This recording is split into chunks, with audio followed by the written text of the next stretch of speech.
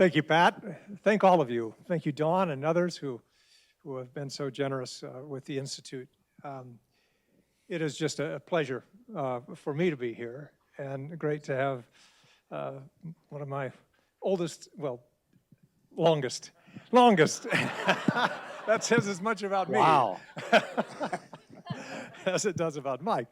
But we've agreed that I'll call you Mike, you'll call me Jeff during this You're time. on. Is that right? Okay.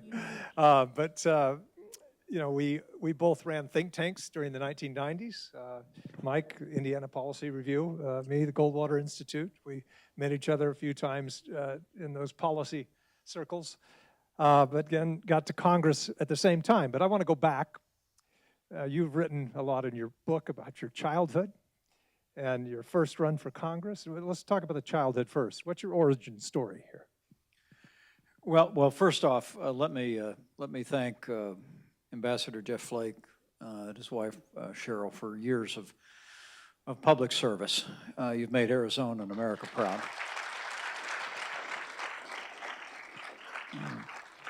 And I want to thank the assistant provost and everyone here, the supporters and patrons of the Institute of Politics. I was excited to have a chance to be here at ASU, and I'm very moved by the turnout this afternoon. Thank you all very much. I'm not used to big crowds, but it's very nice of you all to come out. And I just want to tell you, the Bible says that a prophet's without honor except in their native place. But to the young people here, I can tell you, we served together in the House of Representatives. I went home to be a governor. He went on to be a senator. I went on to be a vice president. He went on to be an ambassador. I just want you to know, I think what a genuine privilege it is, I think, for each and every one of you to be able to study alongside and learn from probably the most principled conservative leader that I've ever known, Jeff Flake. So thanks again, Jeff, for having me. But yeah, growing up in Indiana, a small town, had a cornfield in my backyard. Was deeply inspired by President John F. Kennedy and the Reverend Dr. Martin Luther King Jr. I didn't really come from a political family. My dad ran gas stations, as you can tell from the tanker truck in the photograph. My dad really had no use for lawyers or politicians. So you can imagine what a source of pride that I would be for him in the years ahead. But I just had I sensed a calling in my life to public service. It would take me a lot of learning before I arrived on Capitol Hill the same year that you did, Jeff. I first tried for Congress when I was 29 years old, and even though I'd made a personal decision to put my faith in Jesus Christ when I was in college, when my opportunity came along to enter a political campaign, I set aside that golden rule for a while that says, do unto others as you'd have them do unto you. And I not only lost a couple of campaigns in a row, I lost a lot of self-respect. I felt that I had failed to live up to the things that I professed to believe. And so 10 years later, after that time at a state policy network and growing in my understanding of conservative policy and philosophy, that I entered into politics, but I ran campaigns. That young guy in the picture is actually me. I ran campaigns that just simply talked about who I was, what I believed, the differences with our opponent. But I'm someone that believes that negative personal attacks have no place in public life. And I sought to build a career on that through Congress. Had the privilege of being governor of Indiana and then vice president of the United States. But so it was a great privilege and a great experience, and I cherish the opportunity to serve my state and my nation. Who are your political heroes growing up? Who'd you look up to? Well, as I said, I greatly admired and still am inspired by the eloquence of President John F. Kennedy. I thought he articulated an aspiration about America that still resonates to this generation. I was deeply humbled recently when I received some recognition from the Kennedy Library Foundation in Boston, and I told them it'd be very difficult to express how meaningful it would be to me to have one of my heroes anyway associated with his life and legacy. But I also, as I mentioned, Martin Luther King Jr. was a great hero of mine. You know, it seemed to me that he was first and foremost a man of profound Christian faith who lived out his faith. I love to say, if you listen to Martin Luther King's speeches, they come across more like sermons. He was, as the good book says, a workman approved, rightly able to handle the word of truth. And he used that faith to really convict the conscience of a nation to live up to our ideals. And while it cost him his life, as it did President Kennedy, I mean, in Dr. King's case, I think he resulted in us becoming a more perfect union. And both of them were great heroes of mine. As I got a little older, I got involved in Democrat politics because those were my heroes. I was the Youth Democrat Party coordinator in Bartholomew County, Indiana in 1976. It's kind of a big deal. It really was. I remember when I met President Jimmy Carter, I told him, Jeff, I said, I was vice president at the time, and I said, Mr. President, I said, I respect your service to the country. I said, I hope it doesn't offend you that I also voted for you. He was a little surprised, but it was when I started to listen to voices like Ronald Reagan and Jack Kemp, and before that, Arizona's own Barry Goldwater, that I joined the conservative movement and never looked back. You ran a couple of times in the 90s, and then in 2000, you won. You came to Congress. What did it feel like to walk through those doors in the House chamber for the first time? Well, you ought to say what it felt like for you. I mean, I never got over it.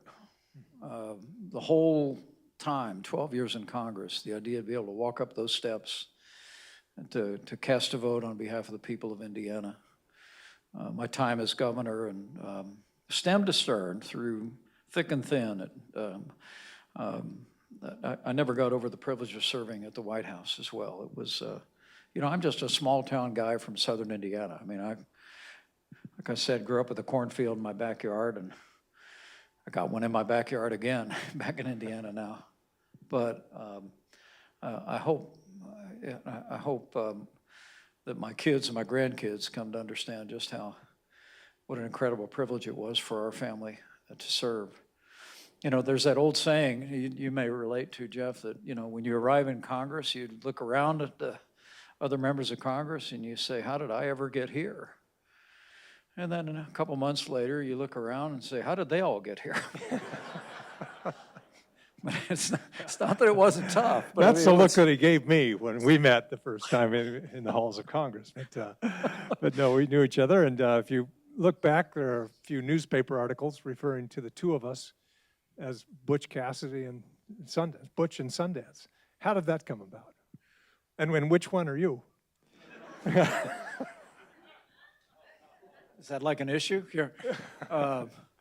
No, we, you might be able to tell, hopefully, before we adjourn this afternoon, that in Congress, they talk about people, when you hear them in those speeches, they say, this is my good friend from Arizona, the gentle lady from Vermont, and my good friend from Massachusetts.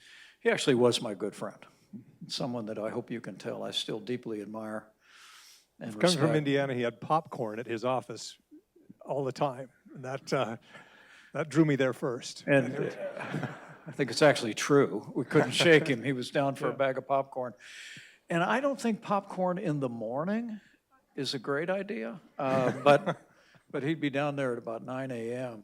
But no, we started to wear the moniker of Butch and Sundance, and from the movie, right? So you can guess which one was the Robert Redford character, and which one was the lesser attractive but more cunning Paul Newman. But also, we'd like to say, if you watch that movie, and if you haven't seen the old movie, you know, Butch Cassidy and the Sundance, it's a great movie. I mean, get it on your phone. It's great streaming. But the last scene of the movie, they end up in Bolivia, and they're surrounded by soldiers.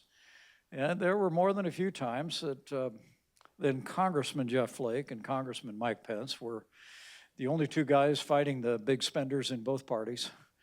And we sometimes felt like we were in that last scene in that movie, racing out into Bolivia to fate unknown. And what it was a worthy fight. First came was late at night. The House of Representatives at that time had spending too much money, as they were all the time. But late at night, they would do the consent calendar. And basically, the calendar would come up, certain bills, and if nobody objected, they would just be passed by unanimous consent on the House floor late at night. But they had to notify, even if it was just a few minutes before it came to the floor. So Mike and I had our offices close to each other, and we'd stay up until 2, 3 in the morning. We'd get that call, there's a bill coming to the floor, and we would rush down, literally run to the House floor, and there... He got there before I did. So. The doors would a little swing. more fleet of foot. The doors would swing kind of like saloon doors, Butch Cassidy, and we'd run in, and then all the appropriators would say, "Oh no!" And not these two. And just one objection could stop the bill, and it did on a number of occasions. And somebody said, "Oh, it's Butch and Sundance." And anyway, so that stuck for a while, but I always appreciated those that. were very worthy fights. They were. So when I look out at all these bright, shining young people. When we arrived in Congress, the national debt was somewhere around $3 trillion. Last week, it cleared $39 trillion. And I want to commend Jeff Flake for having led the charge for fiscal discipline and reform. I mean, we actually did away with what used to be known as earmarks on Capitol Hill, which you can look up. He was featured on 60 Minutes a few years back. He led the fight. You can win the fight. You can practice fiscal responsibility, but it takes leadership to do it in large ways and small ways, and Jeff Flake led on that front, and we need leaders like that again. We truly do. When I remember both of us were on the same end of that lonely battle for a number of years. We offered literally hundreds of amendments on the House floor to appropriation bills, and we won one vote out of several hundred. But over time, the weight of it became too much. People used to beat us to the floor so they could withdraw their own earmark before we could challenge it. And then it just became more unpopular, and more corruption came into, and we were able to get rid of it. But voting in general on appropriation bills and other big items, you didn't always vote with the president of your party. What was that like? I remember No Child Left Behind. It was one voter, one legislator left behind, I guess, there. And but this was the president of our party. Prescription drug benefit. Right. Remember how was that? And how does that differ from today, voting against your party? Well, I'm not sure it really did. You know, the hardest thing to do in politics is show your friends no. Because just like in any walk of life, you do have friends, you develop relationships. But that's not what public service is about. And public service is about keeping your word. First, to your constituents, that for me, you know, I tell people I'm a conservative, but I'm not in a bad mood about it, right? I mean, when I ran for Congress, it took me 3 times to get elected. I think you got elected on the first time. I had told people if I go to Washington, D.C., I'm gonna hew to a vision of limited government. I'm not gonna go and grow government. I'm gonna try and reduce the size and scope of government. I'm gonna try and respect the prerogatives of states. So when a president of our own party, then George W. Bush, offered a bill that literally doubled the size of the Federal Department of Education, made it his #1 priority in his very first year in office, I and yourself and other Republicans just simply said, it's not what we came here to do. And to me, it's about keeping your word. I mean, I honestly believe that At the end of the day, that's what separates leaders of consequence with leaders that tend to just meld into the crowd. I mean, he was very modest. He spoke a little under his breath a minute ago, but you should know that by virtue of his years of effort exposing the fiscal corruption around earmarks, finally, earmarks were banned in the Congress of the United States, and fiscal discipline was restored. But it was never comfortable for you. It's never comfortable when you tell your friends no. But those of you who aspire to public service, and I expect people that are involved in the Institute of Politics here at ASU have that in your heart someday, maybe to step forward and to serve. I just encourage you to think very deeply about growing in the habits of character and integrity that make you a man or woman who will keep your word, and the nation will be well served. Expand on that a little. What would you tell students in the audience? We have a lot of students here in the audience who wanted to come and see you. They admire you for what you've done in public service. What do you know now that you wish you would have known then? And what would you encourage them to study or to develop in terms of character or skills? Well, you know, if you read my autobiography, which is entitled So Help Me God, it's available on Amazon.com and where all good books are sold. You'll find, as I tried to say at the very beginning, I had a lot to learn in my journey into public service. And what I wish I'd known when I was your age was just how important it was to develop the habits of heart and mind that would make you be a person that would keep your word. For me, that all begins with faith. I love that verse in Psalm 119 that says, had I not hidden your word in my heart, I would have perished in my afflictions. That for me, as I know it is for you, is our faith is the foundation of our lives and our families.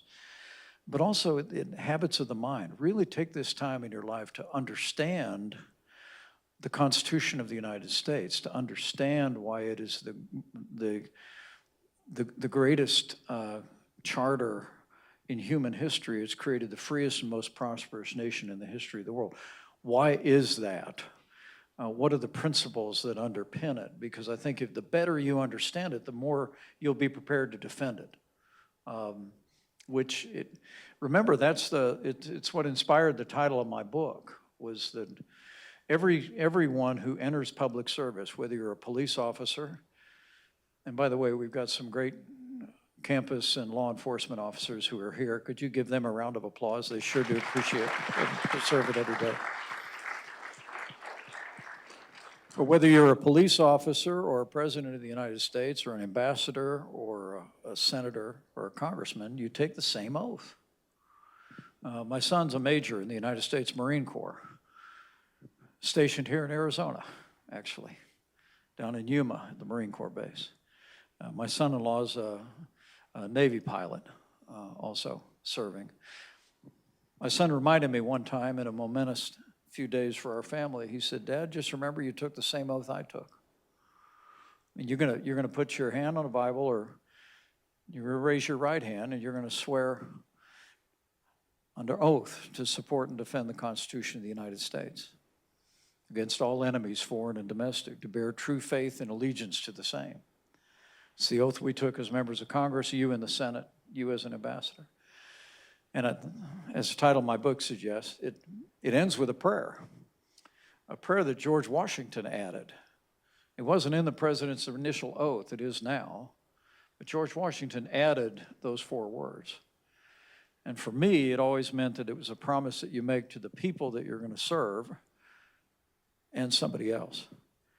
And if you take this time in your life to really dwell on that, to understand what that means, and to draw on that source of strength, I'm confident that all the rising leaders in this room will do your duty in your time. So help you God. Tell me about the decision to run for governor. You and I both know some of the most frustrated legislators that we served with were former governors who got used to exercising executive power and then were in a larger body. How was it being a legislator and then going to be a governor? Well, I remember when I was first elected, and there's my wife Karen, who's an amazing person. It's always distracting when I see my wife here. She's the best, by the way. Yeah, The she's best member amazing. of the family, yeah. She's amazing. Somebody said to me after I'd been governor for about a month, they said, "So how's the learning curve been?" And I said, I don't remember a curve, straight up. Because, look, let's be honest, to be a congressman or to be a senator, you basically have to get up every day and be right about your own opinion, right? I mean, which you should. You should identify what it is you tell people you were going to do and then go vote accordingly. That's my judgment. When you're a governor, you actually have to find out what the most right thing is to do. There's some distinguished business leaders in the room who are with us here today. And if you're the CEO, you've got to figure out among imperfect choices what the best path is. And it was an extraordinary experience for me having, I'd had a little business of my own before I ran for office, but nothing of that magnitude. And it was an incredible privilege to serve in Indiana, and we got a lot right. We had a lot of learning experiences, as my father would have said. But at the end of the day, for what would be ahead for me and my family, I wouldn't trade that experience for the world. You mentioned Karen, and Cheryl and I had the good fortune of getting to know Mike and Karen, their entire family. But how was it serving with family? You moved your family back to D.C. We did. Our family stayed, and I commuted. But then they moved back to Indiana when you went there after your kids had been in Washington for 12 years, in the Virginia suburbs. How was that? What are the challenges and rewards of raising a family in politics? Well, to me, I wrote a book with my daughter entitled, she's the author in the family, Charlotte is. She actually wrote 3 books about our bunny rabbit, which I highly recommend. Mrs. Pence illustrated them. She did the watercolors.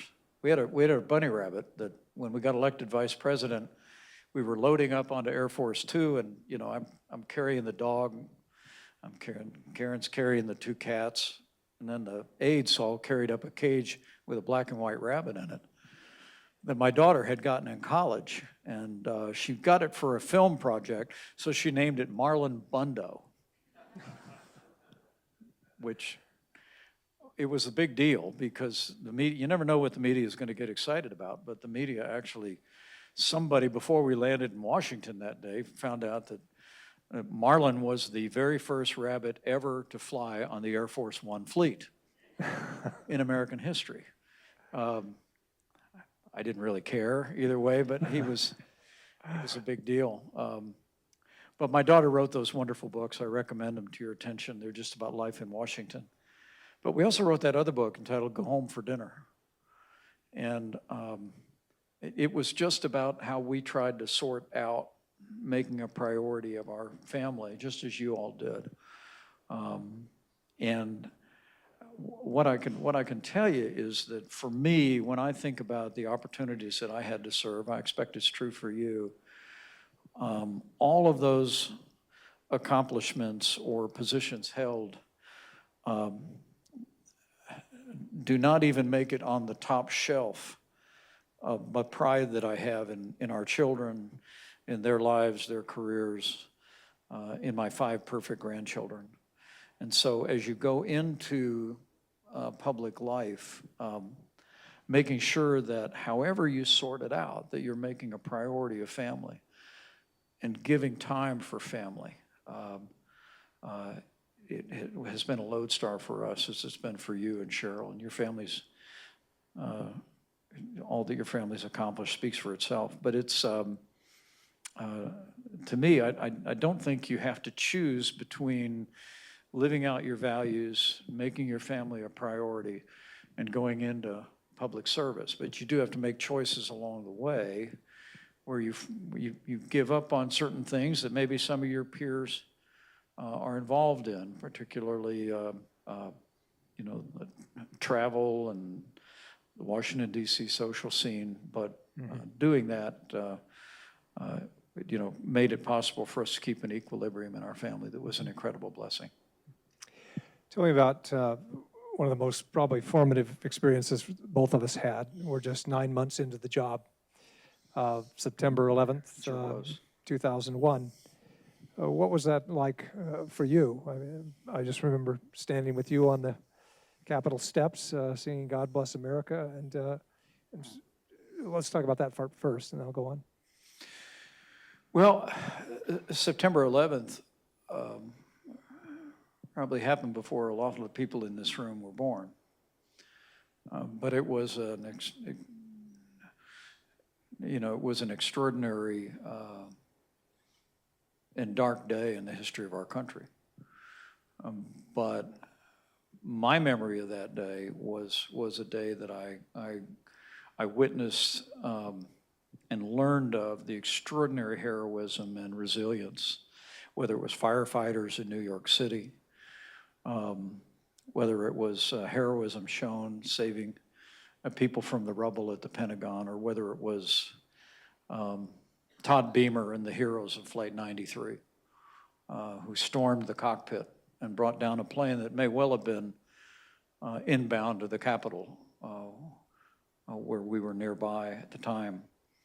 But I'll always be proud of the way that the country came together in that moment. It's one of the things that gives me great confidence about the future of the country. I mean, our politics are probably more divided right now than at any time in my lifetime. But I'll never be convinced that the American people are as divided as our politics. And part of it is the experience of that day. I mean, what was extraordinary, and you and I both lived through it, was that with the smoke still rising from the Pentagon and from Ground Zero in New York City, and from that field in Pennsylvania, for months after that, there were no Republicans in Washington, D.C. There were no Democrats in Washington, D.C. There were just Americans. And everybody locked arm and worked the problem, made sure that our economy didn't collapse, made sure that our military had what they needed to defend our country against a future attack. And it was deeply inspiring to me. I think Americans, when times of crisis have arrived throughout our history, our best comes out. And I witnessed it that day. And the sublime moment that he referred to was totally spontaneous, wasn't it? There was a broad sense among the leadership in the Congress that on the day of the attack, we still needed to reconvene on Capitol Hill, essentially to convey to the world that our government is here and we're still intact. And a lot of members of Congress had left the city. You had not, I had not. But there was roughly 150 Republicans and Democrats still there. And so at about 5 o'clock in the afternoon, we ended up on the steps of the Capitol for brief remarks to the worldwide media by our leadership. And then someone in the back row started singing, "God Bless America." And it was a deeply emotional moment for me, and I know for everyone there. But I know it touched hearts all across the country. When I came home, there was a farm family in Jay County, Indiana, that I'd become close to. And their mother called us a week later when we were home and said that moment on the steps had meant a lot to them because they'd been away from the farm. They had 5 little girls, and they were racing back to get to their girls on that day who were watching everything on television. And those of us that lived through that remember that day. And they said their daughters came bursting out of the farmhouse when they pulled into the driveway and ran up and said, "It's okay. We just saw Congressman Pence on TV, and he was singing." And I can't say that without emotion because that was a moment I thought where the resilience of the American people shone through. And I've seen that again and again in different settings throughout my career.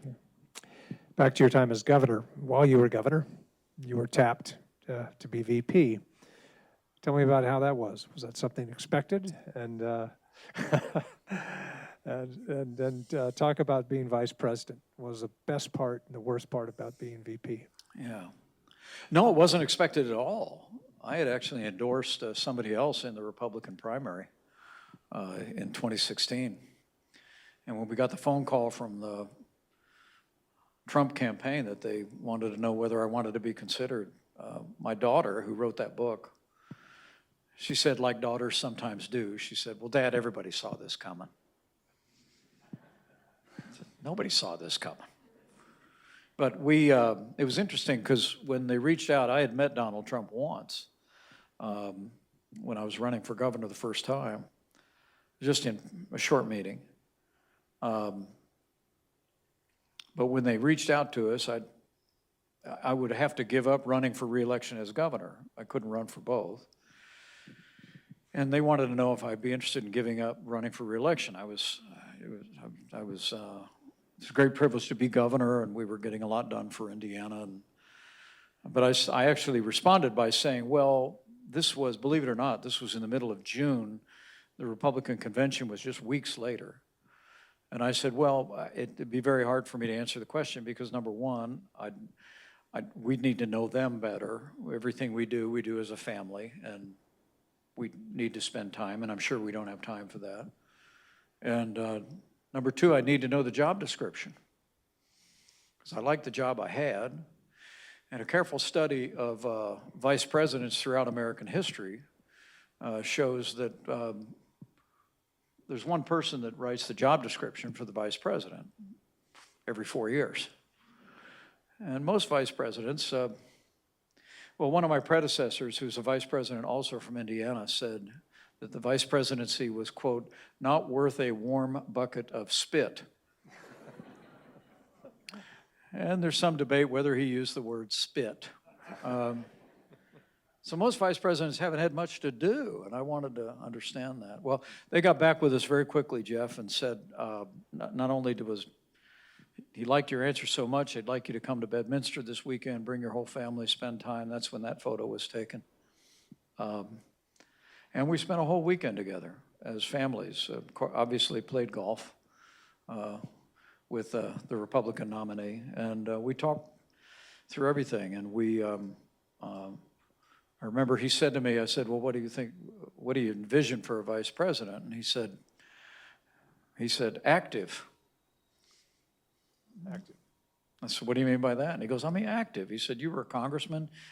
You know everybody in Washington. You were on the Foreign Affairs Committee, and you've been around the world a bit. And you said, you've been a governor. You know all the governors around the country. He said, I mean active in everything we're doing. And it's what we call promises made, promises kept in my old job. We were, for 4 years, it was an extraordinary experience, being able to represent the country on Capitol Hill, the administration rather, be around the country in good times and sad, represent the country around the world. It's a great privilege. You know something about that. I do. One of the student questions that I got, they wanted me to ask is, what is it that you're most proud of being vice president? What policy issue or something you dealt with? And then there's what's something you wish you would have been able to do on the policy side or otherwise?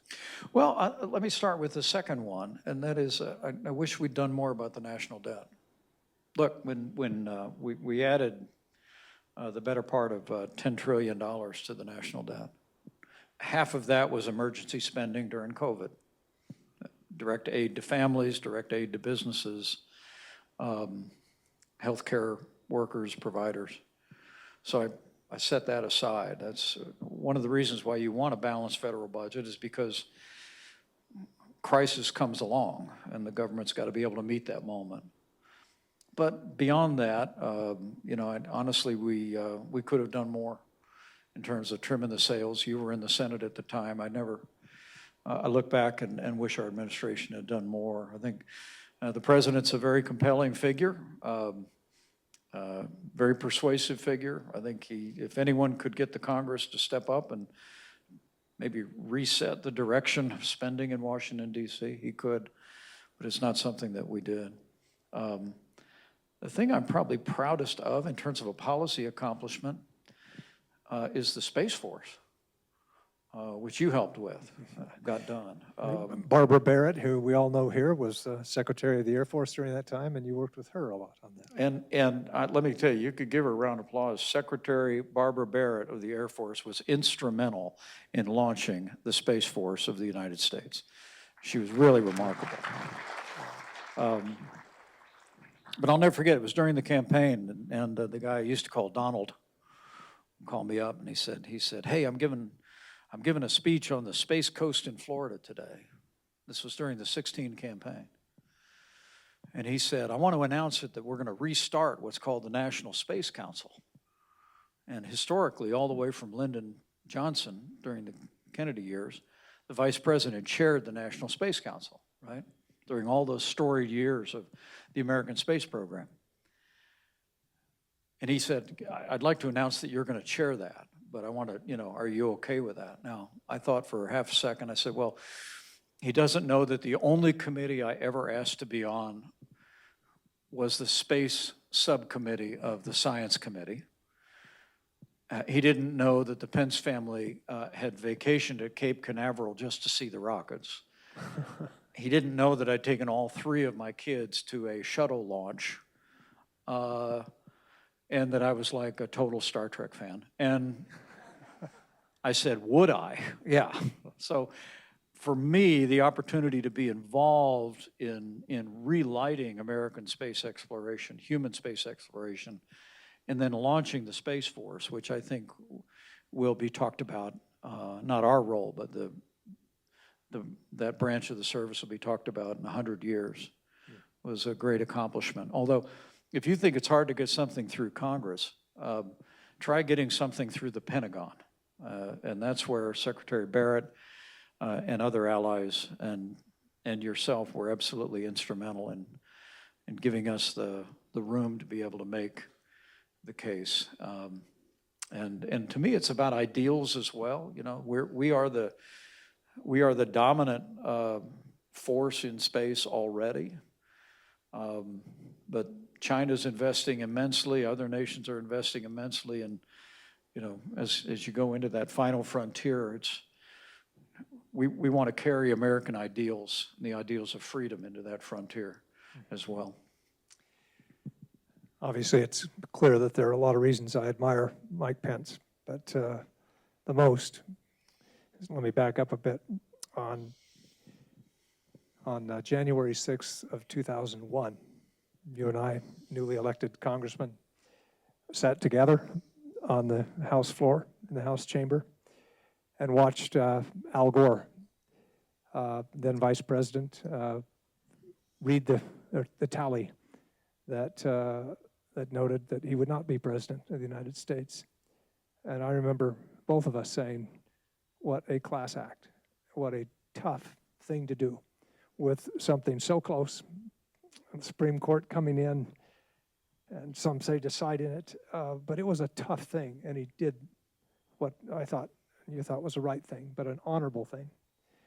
Fast forward 20 years to the date, 20 years later, you were in that position. Tell us about that day. Well, thanks for remembering that shared memory. I've had the chance to express my admiration to Vice President Gore personally.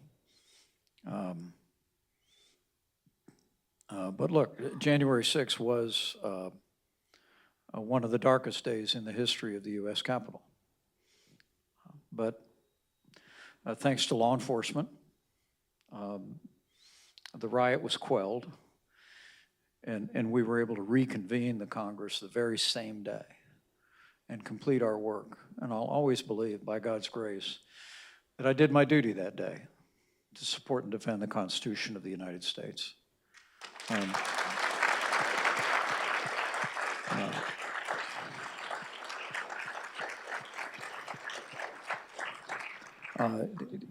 It wasn't a difficult decision for me, but it was difficult on a personal level.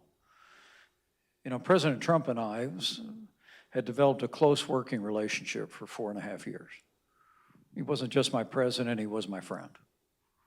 And the clash that we had on this issue where he had become persuaded that as vice president, I would have the ability to decide which electoral college votes to count and which to reject or send back to the states. Carried us into that confrontation, but I felt that my duty was clear. I mean, look, the presidency belongs to the American people and the American people alone. I knew from the first time I heard talk about this that our founders would have never intended any one person to be able to choose the American president.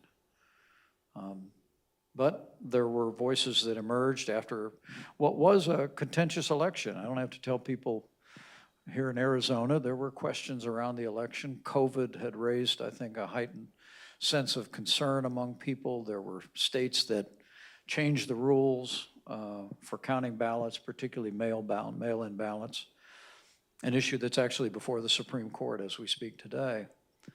But there was never any evidence of widespread fraud that would have changed the outcome of the election. So I knew my duty was clear. And I mentioned my wife before, but I shared with a couple of friends here earlier that our role that day is fairly well known, but my wife had come to observe. It would be my last time on the floor of the Congress. And she brought our daughter, Charlotte. And they were up in the gallery as everything began to unfold. And when the riots broke out, they brought Karen and Charlotte with me. We stayed in my Capitol Hill office for a short period of time, but they eventually removed us to the parking garage just below the Senate. I had a very deep sense, and I give God God's grace. I just had a deep sense of resolve that we were where we were supposed to be, doing what we were supposed to be doing, and I had peace about what I was doing. But I had concerns about Karen, and so she had her own vehicles, and I told her, why don't you can just go, they'll take you back to the vice president's residence. And I said, this is going to be a while, but I'm sure we'd get things in hand. And she wouldn't leave. She and my daughter were there till 4 in the morning, till the gavel fell. And I do want to say one last thing on it. You know, I think when we reconvened on the floor of the Senate, I said this was a day of tragedy, but it became a triumph of freedom. Because as the world watched, and I've been around the world a few times since then, so have you, the world was watching that day. They saw the resilience of our institutions, the strength of our republic writ large, as every member of Congress, Republican and Democrat, reconvened the very same day and completed our work under the Constitution for the peaceful transfer of power. And my hope is that when the history of that time is written, it'll be remembered not so much for the violence and the mayhem that day, but for the strength shown across party lines and the devotion shown across party lines for our republic, for our Constitution, and may it ever be. Well, let me just say, I think I speak for everyone here. I want to thank you for what you did on that day, and thank you for the example that you showed the world and all of us, of fidelity and honoring the Constitution. Thank you, Jeff. It was not a small gesture, and I know it was not an easy thing to do, but thank you for that. Thank I know you, everyone feels the same way. Thank you.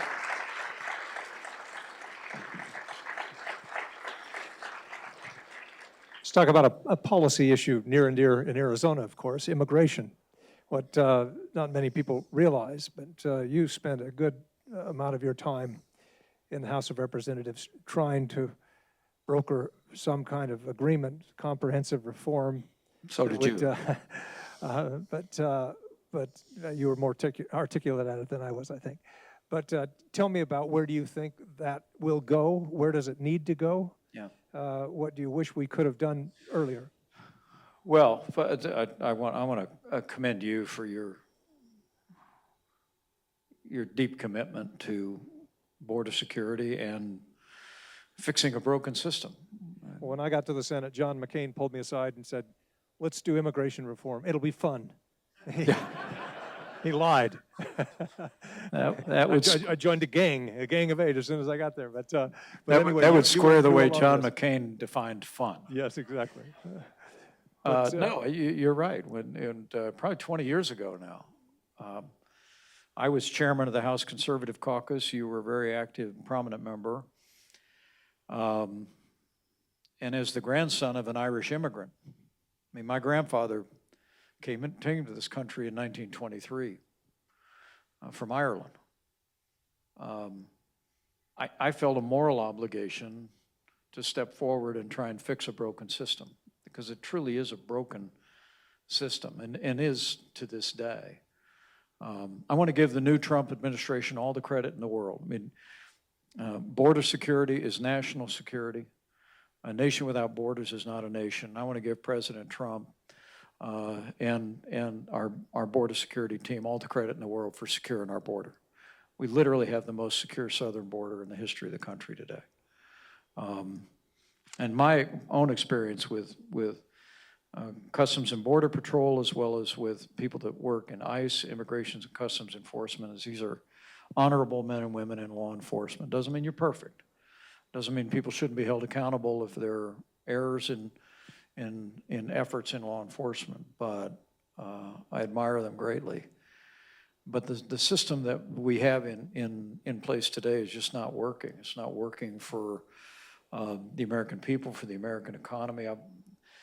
I always kind of liked what Ronald Reagan said, that, you know, we're the shining city on the hill that ought to have very tall, impregnable walls, but with a large door open to anyone with courage enough to come here under the law.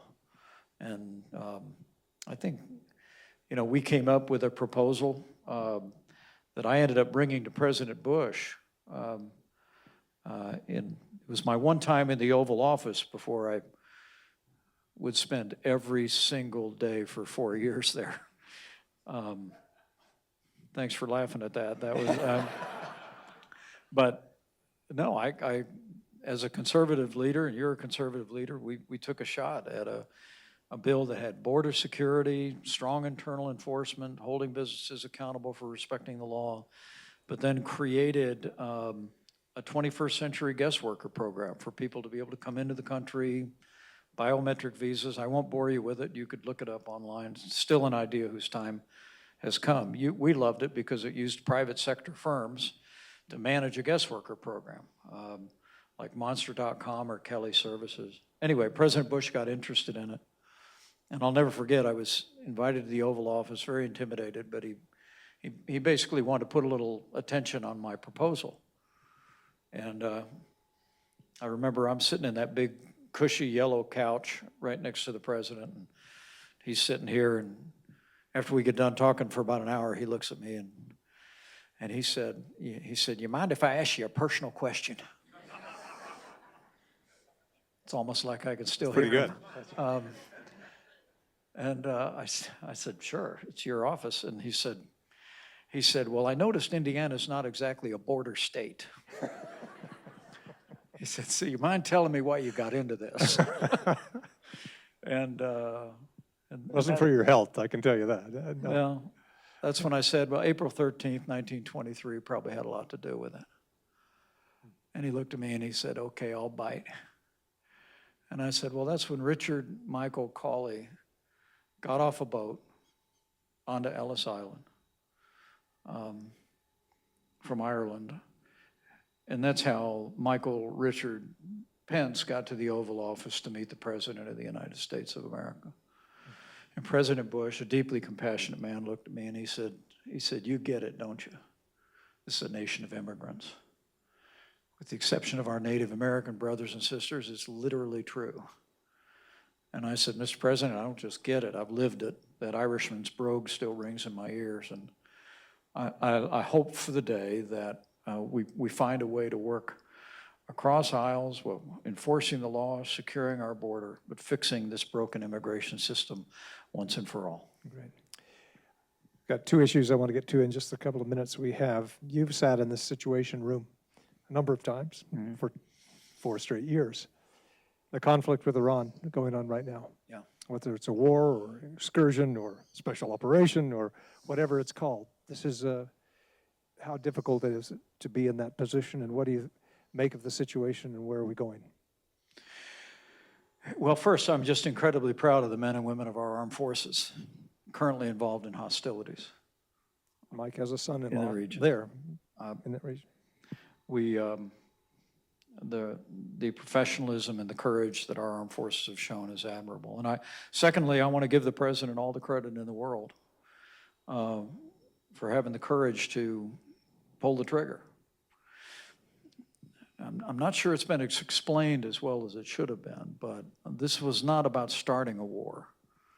What the ambassador knows, having served in the neighborhood for 4 years with great distinction, and I know from my experience, is this war has been going on for 47 years.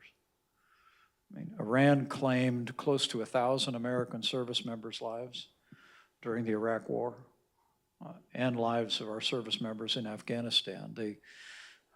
1982, they supported Hezbollah's attack on the Marine Corps barracks in Beirut, the worst single-day loss of Marines in the history of the Marine Corps in peacetime. 220 Marines killed, 20 more service members.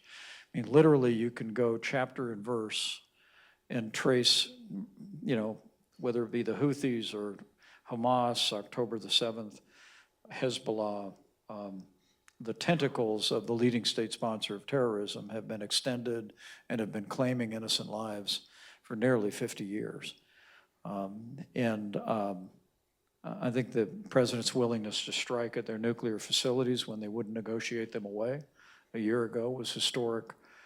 But I truly do believe this is a just war. I believe it's a just cause, and my hope is that we will, as a nation, and the administration will continue to give our service members the prayers and the support they need to end this threat once and for all.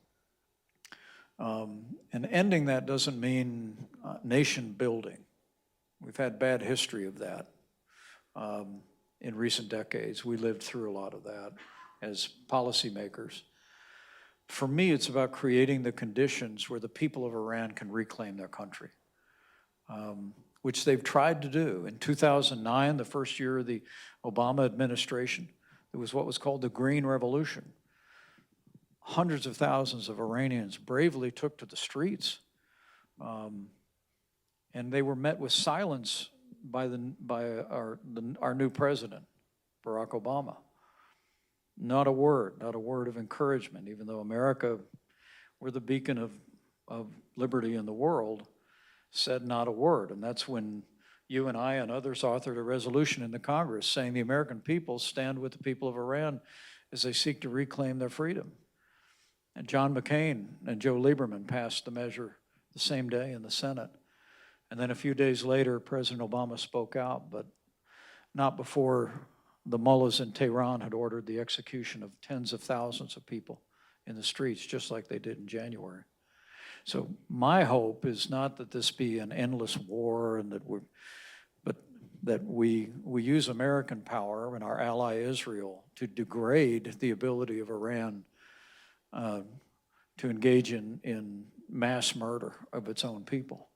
Create the conditions where the people of Iran can go back into the street and reclaim their country. We do that, not only the region, the American people, our allies, Israel, but the world will be more secure if the people of Iran reclaim a future of freedom. Thank you. Just at the end of it, tell me what kind of conservative you are. What does it mean to be conservative to you? Is it just about policy? Is it about disposition? And tell me what you're doing with AAF. Well, I tell people I'm a Christian, a conservative, and a Republican in that order. My faith, I hope comes across as the most important thing in my life. It certainly is what sustains me. My relationship with the Lord. But my conservative values come before my politics. So that's the first thing, is I really do believe the country's better off when people get elected to office with a philosophy of government and then actually do it, right? And then you let voters decide what philosophy of government they want in effect. It's one of the reasons why I admire this guy so much, because he never wavered, he never changed. He practiced integrity to the principles he was elected to advance, and I always aspired to do that as well. But for me, it means limited government. It means a strong defense. It means a respect for traditional values, fiscal responsibility. And it means recognizing that America is the leader of the free world, and that we have obligations to continue to lead the free world and be that arsenal of democracy. So that's part and parcel of it. It's certainly not original to me. I drove by Barry Goldwater's statue on the way here. I'm going to stop by and get a selfie. I literally wrote a book that's coming out in a couple of months. It was inspired by Barry Goldwater's 1960 book, which, whether you read my book or not, and I'd be delighted if you did, you young people would do well to read Barry Goldwater's whole book from 1960. Awful lot of it still holds up. Still holds up. Some of it's dated, and I write about that, but the principles at the heart of the Constitution, the principles of fiscal responsibility, reform, constitutional governance, limited government are all still true today. The last thing, though, you touched on it, and it's something I think you've personified and I've aspired to, and that is I honestly believe that democracy depends on heavy doses of civility. And that for me, to be a conservative is to preserve the tradition of civility in public life. You know, I always believe, you know, it's like I said, I'm a conservative, but I'm not in a bad mood about it, right? I've always believed that I can say that you're completely wrong on this issue without saying you're a bad person. I mean, Bernie Sanders and I actually are friends. I have a lot of respect for him, and he does for me. He's the nicest socialist I ever met in my life. I don't think we agree on anything except the fact that he's an American who stands by what he believes in, and I respect that. And I think the American people long for us to restore a threshold of civility in public life. And that's what I'm going to aspire to be about. Well, seeing that we're out of time, I think that's a great place to end it. Let me just say, in all the time that we spent together, obviously I admire a lot of what you've done on the policy side, the positions you've held, the honor with which you've had them. But I can say that I've never heard Mike Pence ridicule another member of Congress or anybody from the other party, never use crude or vulgar language. And to realize that you can have strong opinions, you can express them, but you don't question someone else's motives. And you get along with the other side. They're not losers or clowns or evil. You know, they are fellow citizens, and I appreciate that. Anything to say in the last? Just thank you very much. Join me in thanking Jeff Flake, everybody, and Arizona State University. It's a great honor to be with you. God bless you all.